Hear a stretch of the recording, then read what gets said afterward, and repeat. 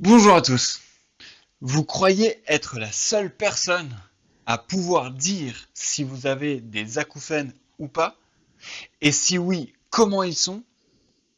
Ce n'est peut-être plus si vrai que ça. Dans cette vidéo, je vous explique comment il devient possible d'évaluer vos acouphènes sans vous demander quoi que ce soit. C'est parti!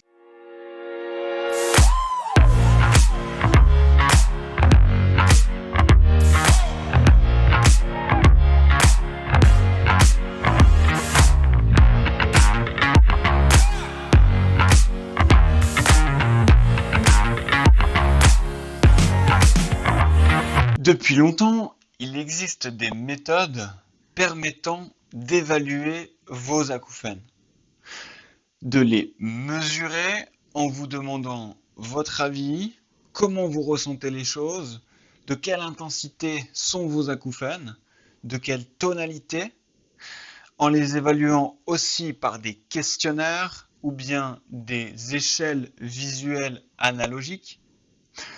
Vous pouvez exprimer ce que vous ressentez vis-à-vis de vos acouphènes. Ces méthodes sont dites subjectives, c'est-à-dire que nous avons besoin de votre collaboration pour pouvoir évaluer vos acouphènes. Par opposition, les tests objectifs sont ceux qui ne demandent pas une coopération de votre part. Actuellement, il n'existe aucun test clinique objectif permettant de mesurer les changements d'activité cérébrale liés à vos acouphènes. Une équipe de chercheurs basée en Australie s'est penchée sur la question. Ils ont étudié s'ils pouvaient deviner si vous avez des acouphènes ou non. Si oui, ils ont étudié de savoir s'ils pouvaient deviner la gravité de vos acouphènes. Leur méthode est basée sur une technique d'imagerie. L'imagerie spectroscopique proche infrarouge fonctionnelle. Cette méthode permet de mesurer la concentration d'oxygène dans le sang.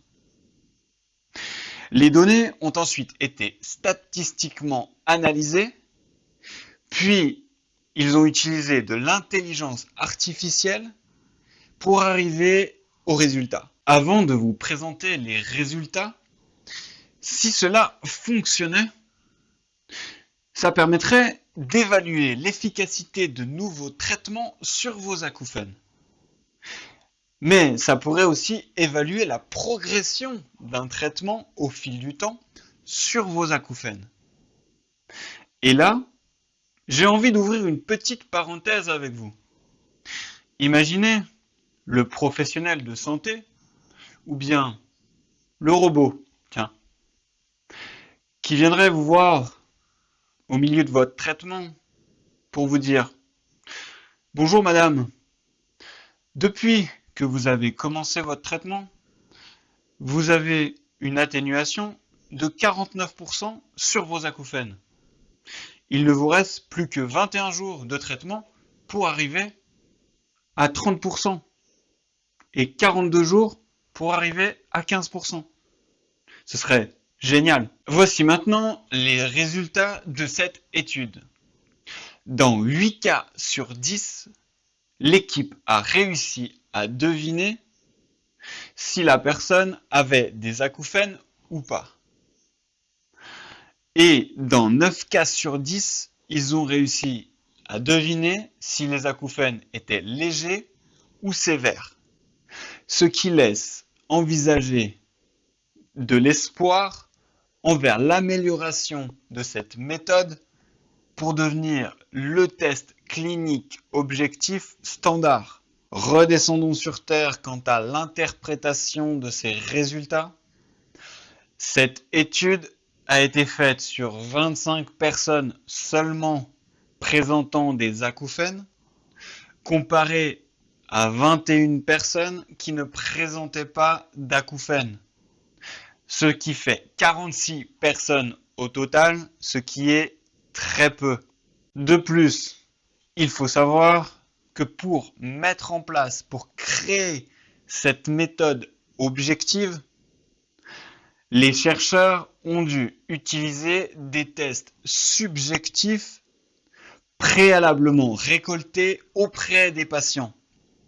C'est-à-dire que les patients ont dû répondre à des questionnaires, évaluer leurs acouphènes sur une échelle de 1 à 10 par exemple, ce qui est totalement subjectif.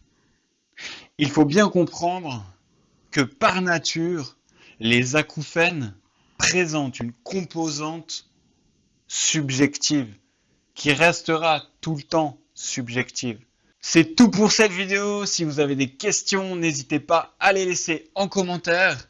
N'oubliez pas de vous abonner juste en bas à droite en cliquant sur l'icône qui est maintenant présente sur toutes les vidéos pendant l'intégralité de la diffusion. Et je vous invite à visiter le site internet soignerlesacouphènes.com pour télécharger un PDF gratuit des 3 techniques qui marchent vraiment pour diminuer les acouphènes.